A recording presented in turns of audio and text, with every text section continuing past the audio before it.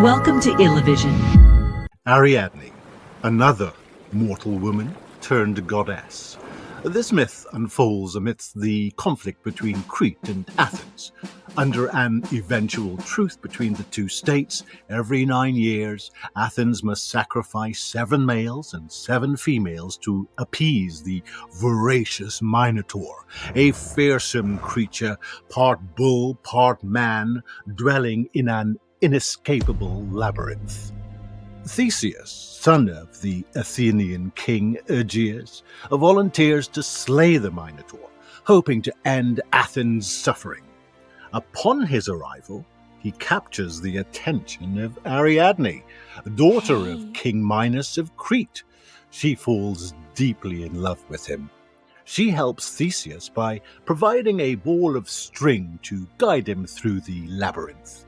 In exchange for her assistance, Theseus pledges eternal devotion to Ariadne. Spoiler, he lies. After successfully defeating the Minotaur, Theseus and Ariadne flee Crete by ship. Their journey leads them to the shores of the island of Naxos, where Theseus ultimately abandons Ariadne while she sleeps. Yep, next level, ancient ghosting. And you thought that ghosting was a recent thing. It is one of many acts that shows Theseus's less than impressive side, and that he is not the wonderful, heroic being that history has shown him to be. On the long, desolate shores of Naxos, Ariadne's heart and mind was a storm of anguish and betrayal. The echoes of promises once cherished but now shattered resounded in the empty air. Her tears blended with the salty waves and drenched the bed where their love had once bloomed. So often since I've looked at our bed, a bed that will not see us together again. I touch the imprint you left, all that remains, and the fabric that warmed your flesh. I lie face down on this bed, wet now, soaked by my tears. Gazing out to sea, yearning for Theseus's return, each crashing wave intensified the pain of love lost and the bitter sting of abandonment. With every passing moment, the weight of forsakenness pressed heavier upon her soul, suffocating her spirit in a vortex of despair, not just for her own pain, but for the countless women who shared her fate of abandonment. I gave you a thread to be your guide. You promised. You said, by these dangers, I swear, for eternity, you'll be mine. Now, not only my pain, but the collective pain of all women left behind racks my brain, and 1,000 thoughts of dying invade my mind. Death seems better than delay. Check out the episode Ariadne's Letter to hear a fuller reading of her heart-wrenching letter to Theseus. Amidst the wreckage of dreams, Ariadne stood alone on the seemingly endless shore, abandoned by Theseus, the very hero she had saved, left to weather the tempest of her shattered heart. But then, the universe stepped in to make things right, or rather, the god Dionysus did. You see, Dionysus was the god of partying, amongst other things. He invented wine, which was used in great abundance when indulging in much ecstatic, riotous revelry with satyrs, his party buddy Pan, and his multitude of frenzied female followers called the Maenads. Dionysus had travelled far and wide, including Egypt and India, and it was on one such travel when he came upon Ariadne on the island of Naxos. At first sight of the beautiful Ariadne, he is besotted, utterly captivated by her beauty. He decides immediately that she is the one that he will spend eternity with, and so ceases his hedonistic, polyamorous, partying lifestyle and makes her an immortal, a goddess, living with him on Mount Olympus. The moment is recounted by Hesiod when he states, "And golden-haired Dionysus made blonde-haired Ariadne, the daughter of Minos, his buxom wife, and Zeus made her deathless and unaging." The historian Diodorus Siculus states, "Dionysus showed himself on the island of Naxos, and because of the beauty of Ariadne, he took the maiden away and kept her as his lawful wife, loving her exceedingly." Ha!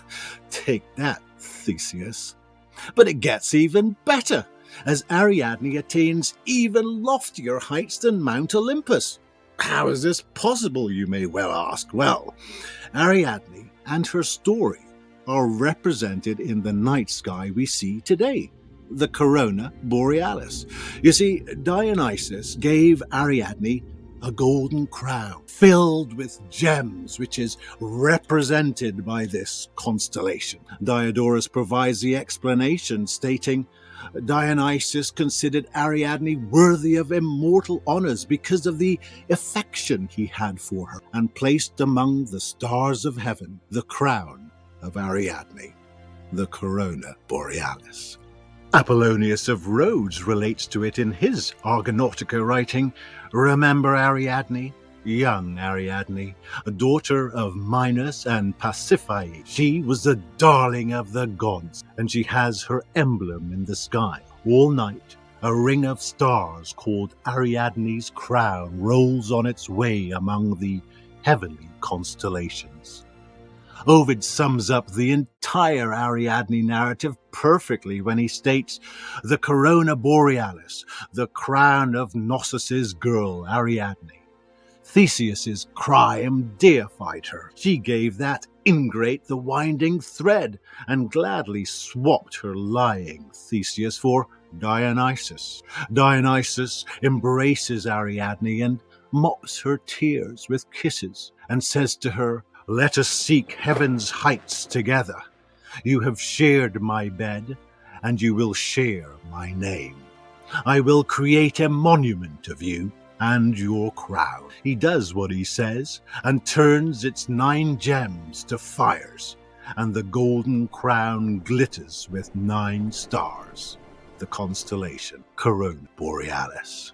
And so ends Ariadne's story, transformed into a goddess, being loved by the god Dionysus for eternity, being a favorite of the Olympian gods, and being remembered for eternity, immortalized in our night sky.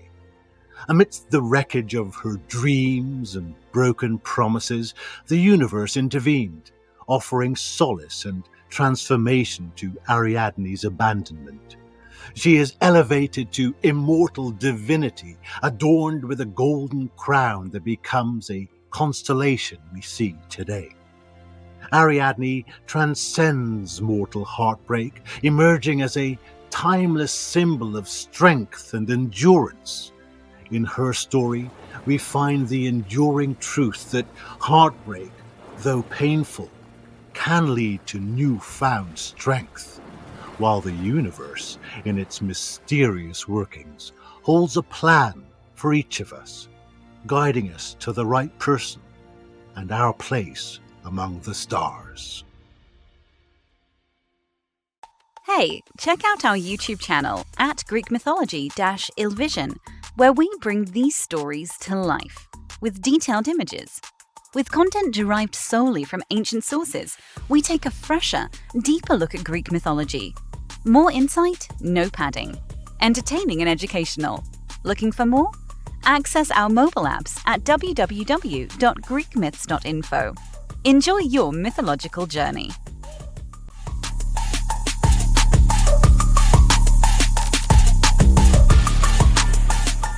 And here's some bonus content, a reading of Ariadne's heart-wrenching letter to Theseus, an abridged version based on Ovid's work.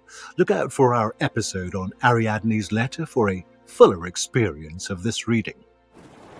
I write this letter from the shore, Theseus, where your ship sailed off without me, the shore on which you deserted me and left me so brutally betrayed. In our shared bed, I'd reached out to hold you, but I could not find you. I drew back, tried again. My hands searched the space. You weren't there. Fear abruptly ended my sleep. Startled, I rose from the empty bed, my hair dishevelled from sleep and anguish, my hands beating at my chest. I strained my eyes to see by moonlight. I looked, but could see nothing but shore, and began to run, back and forth, confused, the loose sand slowing my feet, all the while screaming Theseus along the long shore. Every time I called for you, the pebbles echoed your name, as if the whole island felt my grief. So often since I've looked at our bed, a bed that will not see us together again. I touch the imprint you left, all that remains, and the fabric that warmed your flesh. I lie face down on this bed, wet now, soaked by my tears. I betrayed my father and my homeland for you, and to both I can never return. When after your victory, to keep you from death in the winding dark, I gave you a thread to be your guide. You promised. You said, by these dangers, I swear, for eternity, you'll be mine. Now not only my pain, but the collective pain of all women left behind racks my brain, and 1,000 thoughts of dying invade my mind. Death seems better than delay. But when you show off to your adoring fans, telling of the Minotaur's death, of the labyrinth cut from rock, tell them too of me, abandoned here, alone.